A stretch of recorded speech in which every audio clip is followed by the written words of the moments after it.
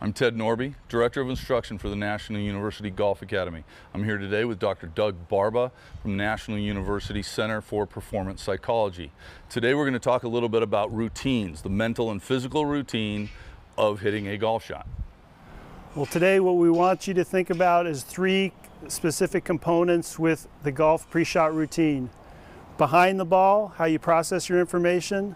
When you're over the ball, how you execute the shot, and what you think about after the ball. So we have three components that we're going to talk about today when we deal with routines.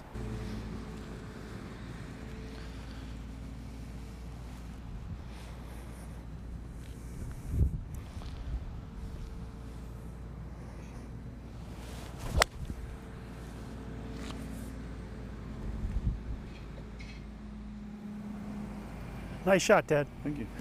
I think it's really important to pay attention to how long Ted was over the ball.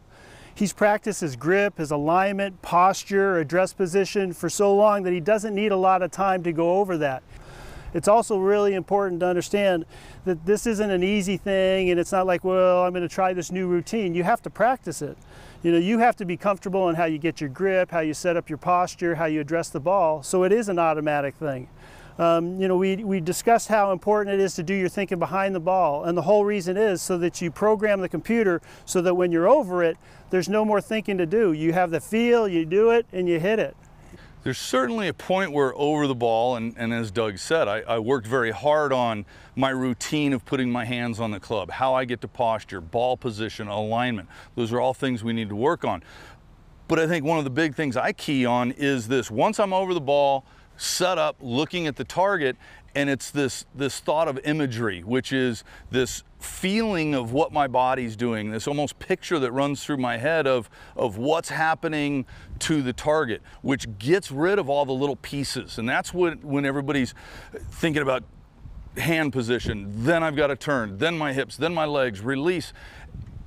That's that thinking that we want to get out of. So we want it to be an overall picture, which I think is which is important about this imagery, where I'm feeling what's happening, I'm aware of what's happening, but I'm not actually thinking the pieces step by step. My brain can't move that fast. The swing only takes, a second and a quarter. I don't have time to consciously put the words of set my hand, now shift my hip, now turn, now release.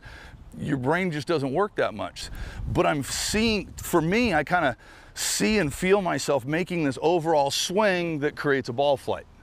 Then I let it go. I'm not standing over here. Once I see it and I trust it, set up, go.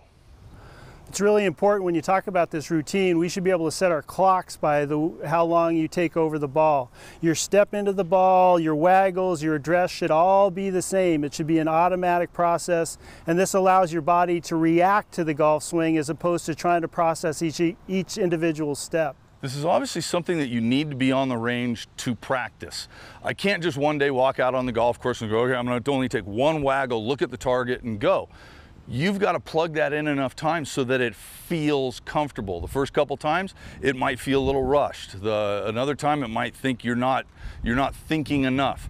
But what I want to do is, again, do it enough times, just like taking your grip, just like taking your posture.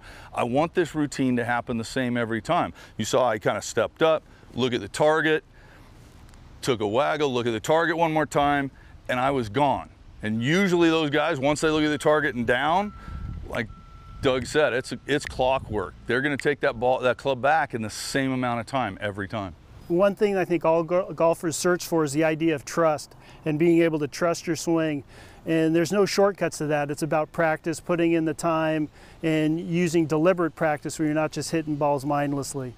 There's a point where you have to give up control to gain control over the golf shot. A lot of people talk about it that way, but once we're over the ball, we have to give up control to hit better golf shots.